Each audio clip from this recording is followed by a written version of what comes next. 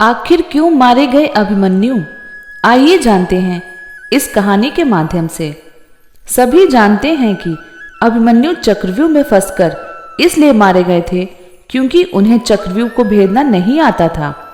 लेकिन इसके अलावा 4 ऐसे कारण थे जिसके चलते अभिमन्यु मारे गए। पहला कारण कृष्ण की चाल।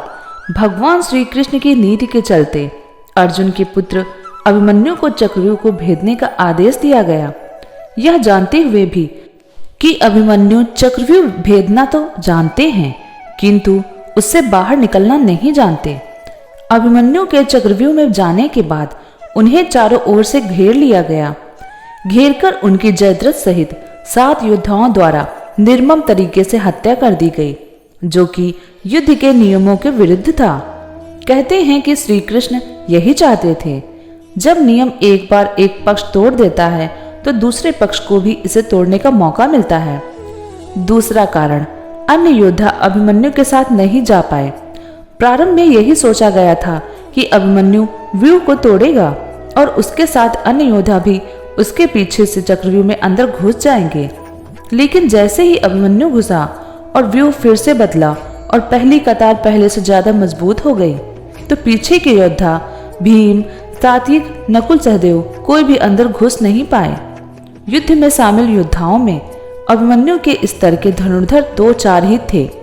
यानी थोड़े ही समय में अभिमन्यु चक्रव्यूह के ओर अंदर घुसता तो चला गया, लेकिन अकेला, नितांत अकेला, उसके पीछे कोई नहीं आया। तीसरा कारण, लड़ते लड़ते थक जाना। जैसे जैसे अभिमन्यु चक्रव्यूह के सेंटर में पहुंचते हैं, वैसे वैसे वहां खड़े योद्धाओं का घनत्व और योद्धाओं का कौशल उन्हें बढ़ा हुआ मिला, क्योंकि वे सभी योद्धा युद्ध नहीं कर रहे थे, बस खड़े थे। जबकि अभिमन्यु युद्ध करता हुआ केंद्र में पहुंचता है। वे जहां युद्ध और व्यूह रचना तोड़ने के कारण मानसिक और शारीरिक रूप से थके हुए थे, वहीं कौरव पक्ष के योद्धा तरोताजा थे। ऐसे में अभिमन्यु के पास चक्रव्यूह से निकलने का ज्ञान होता तो वे बच जाते, या उनके पीछे अन्य योद्धा भी उनका साथ देने के लिए आते तो भी वे बच जाते। लेकिन थकान के कारण वे अधिक जोश और होश से लड़ नहीं पाए। चौथा कारण, युद्ध नियम के विरुद्ध हत्या। अर्जुन पुत्र अभिमन्यु चक्रव्यूह भेदने के लिए उसमें घुस गया। चक्रव्यूह में प्रवेश करने के बाद अभिमन्यु ने कुशलता पूर्वक चक्रव्यूह के 6 चरण भेद लिए। इस दौरान अभिमन्यु द्वारा दुर्योधन के पुत्र लक्ष्मण का वध किया गया। अपने पुत्र को मृत देख दुर्योधन के क्रोध की कोई सीमा न रही। तब कौरवों ने युद्ध के सारे नियम ताक में रख दिए।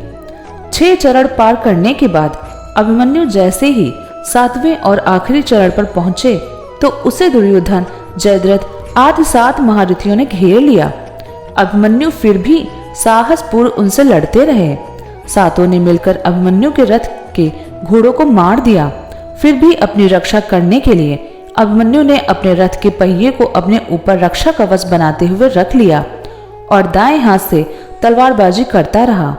कुछ देर बाद अभिमन्यु की तलवार टूट गई और रथ का पहिया भी चकनाचूर हो गया। अब अभिमन्यु निहत्था था। युद्ध के नियम के तहत निहत्थे पर वार नहीं करना चाहिए, किंतु तभी जयद्रथ ने पीछे से निहत्थे अभिमन्यु पर जोरदार तलवार का प्रहार किया। इसके बाद एक के बाद एक 7 योद्धाओं ने उस पर वार कर दिए। अभिमन्यु वहां वीरगति को प्राप्त हो गया। अभिमन्यु की मृत्यु का समाचार जब अर्जुन को मिला तो वे बेहद क्रोधित हुए और अपने पुत्र की मृत्यु के लिए शत्रुओं का सर्वनाश करने का फैसला किया।